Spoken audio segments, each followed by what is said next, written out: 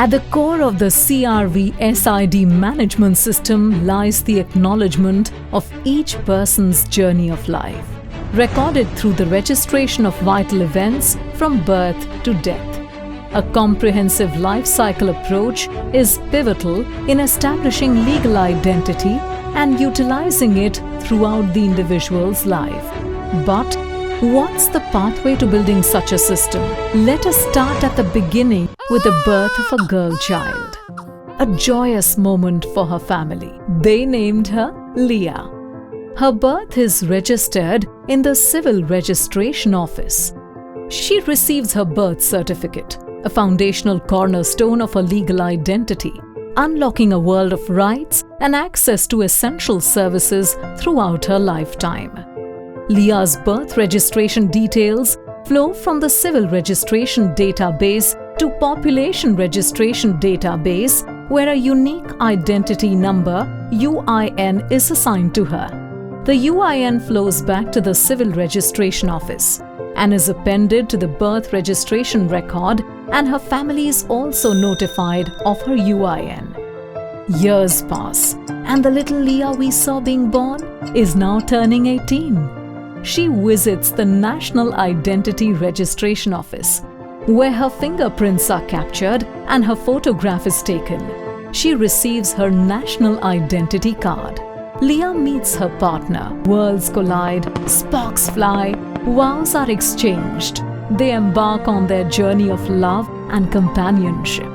They register their marriage in Civil Registration Office. A marriage certificate is issued, legalizing their union. As Lia steps into the next chapter of her life, she embraces motherhood with the arrival of her newborn baby boy.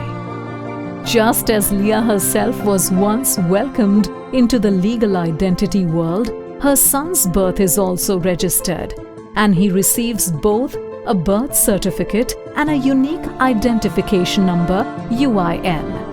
Lia's child's birth marks the beginning of a connection to his parents' identity numbers, planting the sapling that takes roots and grows into their family tree.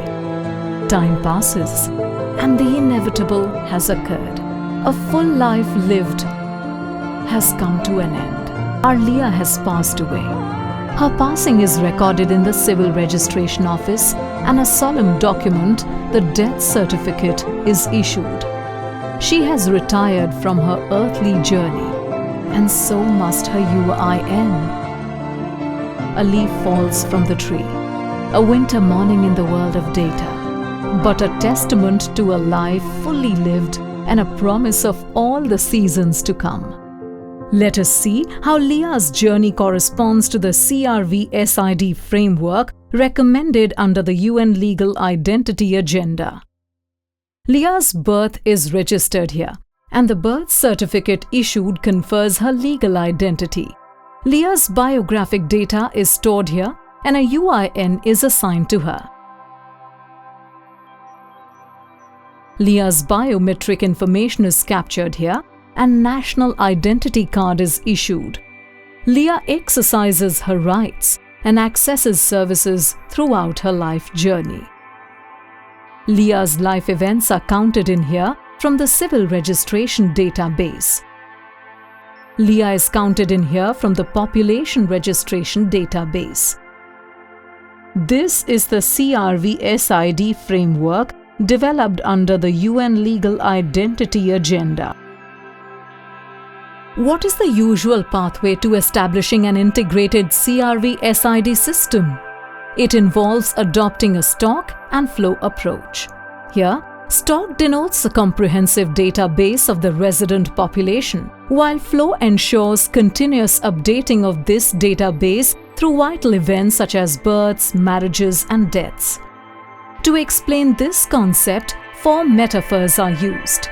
Firstly, a water tank serves as a repository for storing information about the resident population, with the water representing their data. The movement of water through inlet and outlet taps and connecting pipes symbolizes updating the different databases. The initial step is to establish a stock of the resident population by filling the tank until all residents are covered. There are two broad approaches to creating the stock. In the first approach, all residents are registered via census or campaign method. The water fills the tank until all the residents are accounted for. In the second approach, an existing database, usually the National Identity Database of individuals aged 18 years and above, is used as the initial stock for that segment of the resident population. But how is the remaining part of the tank, which is the population of children below age 18, filled in? By using existing birth registration data or through campaign method for those below 5 years, and census or campaign method for children aged 5 to 17 years, mainly through school system. With this, the stock of the resident population is created. While the stock was being created, the births and deaths were continuously being recorded in the civil registration database. What is the flow approach? In this approach, the birth and death registration data from civil registration database continually flows to population registration database to ensure the total resident population remains up to date. How is the population registration database updated with birth registration information? By connecting the two tanks and filling the birth information in the population registration tank through a connecting pipe. As newborn information is added, the water level representing the existing resident population stock rises. Updating the population registration database with death information from the civil registration database is crucial for accurately reflecting the current population level. An outlet tap is linked to the population register tank to continually remove information of deceased individuals. Given the continuous flow of residents in and out of the country, the population registration database must also be updated to account in in-migrants and out-migrants following the same stock and flow approach. At this point, the CRVSID system can be considered to be in a steady state. The resident database is now robust and reliable, ready to be used for efficient identity management, service delivery, and other purposes. As the civil registration system is the bedrock for efficient identity management, compliance to its four core principles is necessary: universal, compulsory, permanent, and confidential. Building on the core principles of a civil registration system, the fundamental characteristics of a human rights-based CRVSID system include extending services to all residents without discrimination, bringing registration services closer to the residents and providing free services, delivering prompt and high-quality service, catering to specific needs of girls, women, and marginalized groups, ensuring data protection and privacy.